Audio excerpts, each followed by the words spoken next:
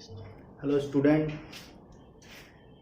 आज हम आप लोगों को क्लास 10th के सीबीएसई का जो सिलेबस है उसके बारे में बताने जा रहे हैं कि सिलेबस को सिस्टमैटिक वे में कैसे पढ़ा जाना चाहिए, उसका क्या सही तरीका है पढ़ने का, जिससे कि आपको एग्जामिनेशन के प्रिपरेशन में भी कोई प्रॉब्लम ना हो और आपको कॉन्सेप्ट समझने में कभी प्रॉब्लम आगे नहीं होगा। जिससे कि कौन सा टॉपिक किस टॉपिक के बाद पढ़ना चाहिए, कौन सा टॉपिक पहले पढ़ना चाहिए, इन सब चीज़ों को लेकर हम लोग जो है आज चर्चा करेंगे अपने वीडियो में। दूसरा नंबर, पढ़ाई का क्या तरीका होता है, कैसे पढ़ा जाना चाहिए। एक बिल्कुल इस वे में पढ़ना है हम लोगों को कि आगे आने वाले टाइम में एग्जाम का कोई प्रेशर हम लोगों के ऊपर ज़्यादा क्रिएट ना हो। तो आइए हम लोग देखते हैं। सबसे पहले हम लोगों का जो सिलेबस है वह सिलेबस क्या है। क्लास 10th के लिए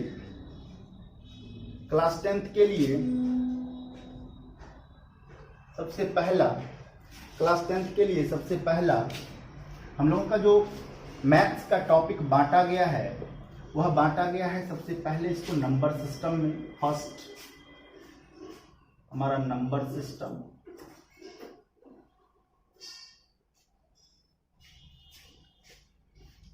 जिसमें हम लोगों को स्टडी करना है अबाउट रियल नंबर, इसके बारे में, तो रियल नंबर के बारे में। सेकंड, नंबर सिस्टम में रियल नंबर में दोनों नंबर के बारे में, रेशनल और इरेशनल, हम लोगों को इसके बारे में जानकारी करना है। इसे बचपन से पढ़ते भी आ रहे हैं, फिर भी हम लोग इरेशनल और रेशनल के बारे में, दोनों के बारे में डिटेल से जानकारी प्राप्त करेंगे। इसमें कि रेशनल नंबर क्या होता है और इरेशनल नंबर क्या होता है, क्या प्रॉपर्टीज है रेशनल का और इरेशनल का क्या प्रॉपर्टीज है, दोनों के बारे में। सेकेंड चैप्टर है हम लोगों का मैथ्स का जो पोर्शन है उसमें है अलजेब्रा। अलजेब्रा में से हम लोगों का जो टॉपिक है, अलजेब्रा में जो हम लोगों का टॉपिक है वह हमारा टॉपिक है सबसे पहले जो फर्स्ट चैप्टर है अलजेब्रा में हम लोगों को पढ़ना है वह है polynomial. One of the most important topic for class 10th, chapters name polynomial. बहुत ही बेस्ट टॉपिक है ये पॉलिनोमियल। पढ़ते आ रहे हैं 8 क्लास से पॉलिनोमियल क्या है नहीं है। पॉलिनोमियल में यहाँ पर जो हम लोगों को पढ़ना है, इसमें 2 थ्योरम पढ़ना है। एक रिमाइंडर थ्योरम पढ़ना है, रिमाइंडर थ्योरम के साथ साथ फैक्टर थ्योरम पढ़ना है। दोनों के बारे में यहाँ पर विशेष हम लोग देखेंगे। पॉलिनोमियल के बाद अलजेब्रा का जो टॉपिक आता है वह दूसरा नंबर का चैप्टर है लीनियर इक्वेशन। हमारा जो टॉपिक है वह है linear equation in 1 variable and 2 variable, दोनों linear equation in 1 variable and linear equation in 2 variable, दोनों के बारे में चर्चा करेंगे। तीसरा हम लोगों का जो अलजेब्रा का पोर्शन है इसमें से वह है क्वाड्रेटिक इक्वेशन, वह है क्वाड्रेटिक इक्वेशन। यहाँ से अच्छा क्वेश्चन आता है, आउट क्वेश्चन आता है, 2-3 क्वेश्चन पहले से आउट रहता है कि यहाँ से उसको आना ही आना है। हम लोगों को इसके बारे में भी चर्चा करना है। Fourth number, arithmetic progression.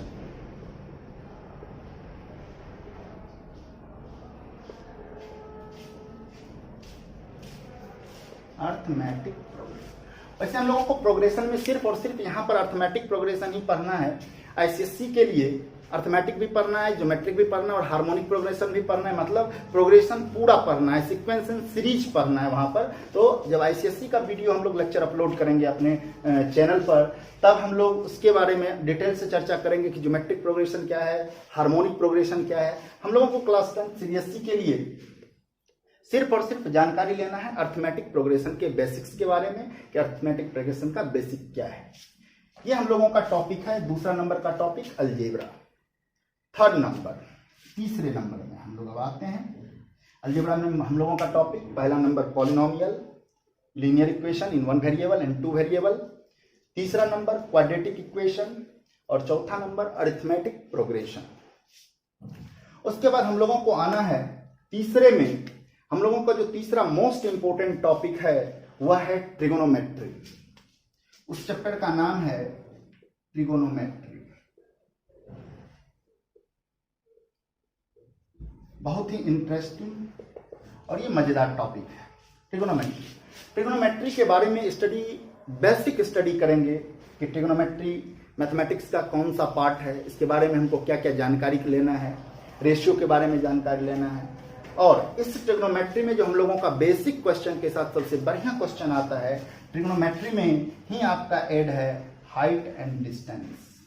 ये टॉपिक के बारे में भी हम लोग चर्चा करेंगे रिलेटेड टू ट्रिगोनोमेट्री। और ये दोनों चैप्टर को एक साथ पढ़ना पड़ेगा, ये दोनों को हम लोग एक साथ पढ़ेंगे। पॉलिनोमियल में भी पॉलिनोमियल को अलग से पढ़ेंगे, इस दो चैप्टर को एक साथ पढ़ेंगे, फिर अरिथमेटिक प्रोग्रेशन को अलग पढ़ेंगे। उसी तरह से ट्रिगोनोमेट्री में हाइट एंड डिस्टेंस यह ट्रिगोनोमेट्री के साथ में पढ़ेंगे। रीजन क्या है, ट्रिगोनोमेट्री का जो बेसिक है वह समेटिव 1 में है, उसको समेटिव 1 में पढ़ना है। और हाइट एंड डिस्टेंस आपके फाइनल एग्जाम में दिया हुआ है, सेकंड पार्ट में दिया हुआ है। लेकिन हम लोगों को एक साथ पढ़ने में थोड़ा फायदा होगा। ये फायदा होगा कि ट्रिगोनोमेट्री जो होता है, अब ये बेसिक पढ़ के निकल के अब हाइट एंड डिस्टेंस में इसका काम होने वाला है बेसिक का, तो वहां बच्चे को प्रॉब्लम होता है। इसीलिए हम लोग जो है हाइट एंड डिस्टेंस टॉपिक को ट्रिगोनोमेट्री के साथ साथ पढ़ें।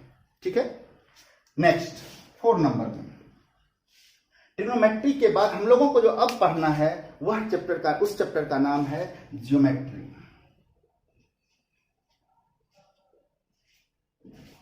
लगभग बच्चों का प्रॉब्लम होता है ज्योमेट्री का, इंतजार करिए मेरे लेक्चर का।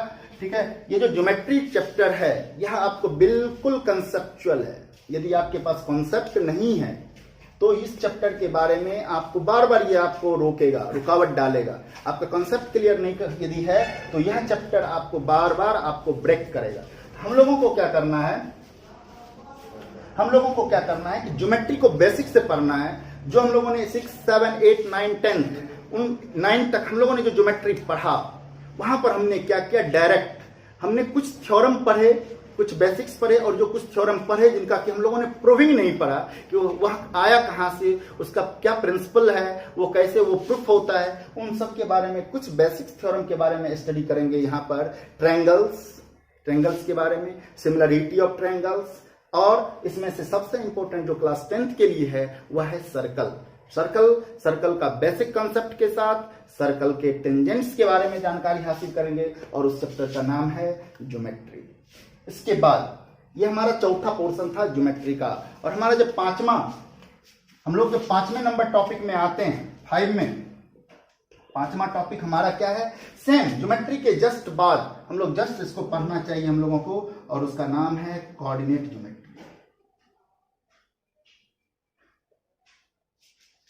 यहां से 2 क्वेश्चन आपके एग्जाम में बिल्कुल आउट रहता है, क्वेश्चन आना ही आना है। क्वेश्चन से ज्यादा मतलब यह है कि इसका कंसेप्ट क्या है।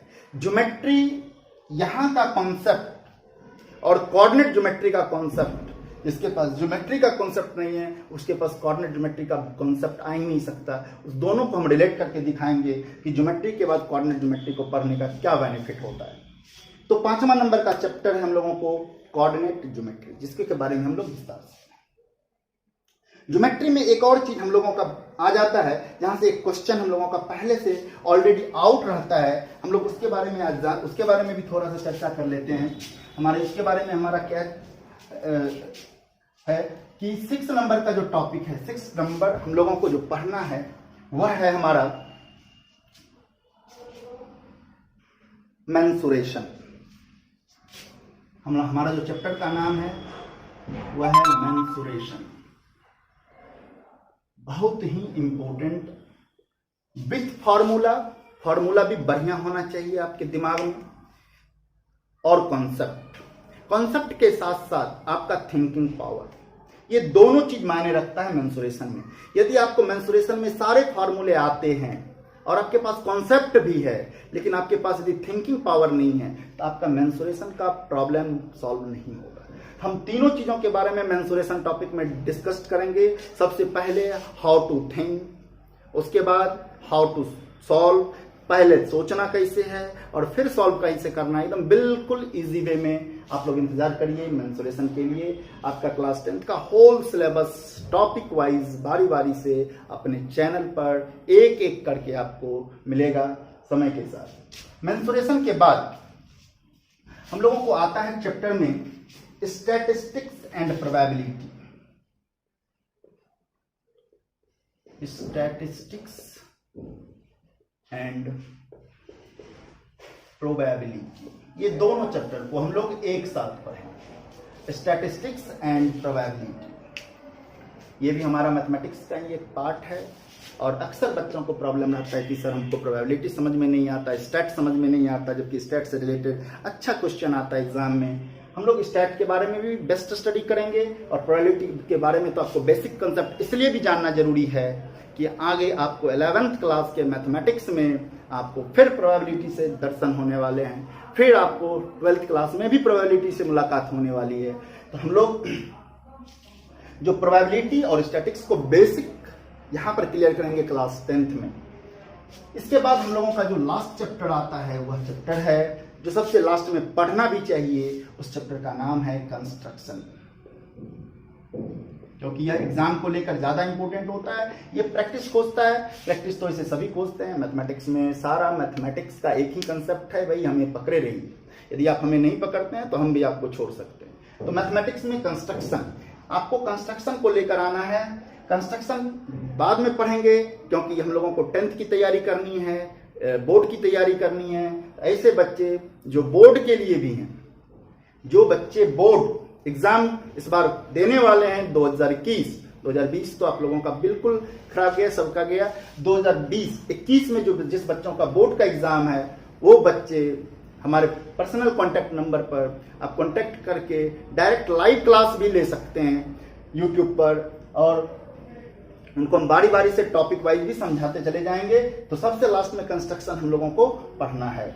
ये हम लोगों का होल सिलेबस, ये हम लोगों का कंप्लीट सिलेबस क्लास 10th का आपके सामने में मैंने आज रखा है और कैसे इसे स्टडी करना है इनके बारे में विशेष चर्चा हम अब करने जा रहे हैं। कि सबसे पहला नंबर, जो क्लास 10th के स्टूडेंट होते हैं वो क्या करते हैं, उनका एक तरीका होता है पढ़ने का, सबका अपना अपना तरीका होता है। तो क्लास 10th के बच्चे क्या करते हैं, एकदम बिल्कुल लास्ट टाइम में तैयार होते हैं पढ़ाई को लेकर। बिल्कुल आपको स्टार्टिंग से हल्का हल्का पढ़ते जाना है और कैसे उन पढ़े हुए चीजों को साथ लेकर चलना है, उन पढ़े हुए चीजों को, पढ़े हुए कॉन्सेप्ट को रिवीजन के साथ में आगे बढ़ते चलना है, जो कि एग्जाम के टाइम में हमारा प्रेशर जो होगा वह बिल्कुल नहीं होना चाहिए, बहुत कम प्रेशर हो और मैथ्स इजी वे में निकलता चला जाए। उनके लिए भी हम आपको आइडिया बताते रहेंगे अपने चैनल के साथ में। तो आप लोगों को आगे जो है दूसरा नंबर, आपके पेरेंट्स से भी मेरा ये रिक्वेस्ट है कि उन सभी बच्चों के ऊपर कोई प्रेशर क्रिएट नहीं करें, क्लास 10th के बच्चों के ऊपर कोई प्रेशर क्रिएट ना करें, कोई पैनिक क्रिएट ना करें बच्चों को लेकर कि सिलेबस क्या है। ठीक है, इस सिलेबस को बहुत ही मजेदार इंटरेस्टिंग रूप से हम लोग पढ़ेंगे भी और समझेंगे भी। तो बारी बारी से हम लोग अपने टॉपिक पर आएंगे और इस एक एक टॉपिक का, एक एक कंसेप्ट का बिल्कुल बहुत ही मजेदार तरीके से हम लोग अपने क्लास को आगे बढ़ाएंगे। आप इंतजार करिए मेरे अगले लेक्चर का। हमारा लेक्चर आएगा, पहला लेक्चर नंबर सिस्टम को लेकर, दूसरा लेक्चर हम लोग बारी बारी से स्टेप वाइज एक एक टॉपिक का हम लोग लेक्चर डालते जाएंगे और आप अपना टॉपिक को यूट्यूब के माध्यम से या मेरे ऑनलाइन क्लास के माध्यम से ज्वाइन कर सकते हैं। फिर हम आपसे मिलते हैं अपने अगले लेक्चर को लेकर। Thank you very much.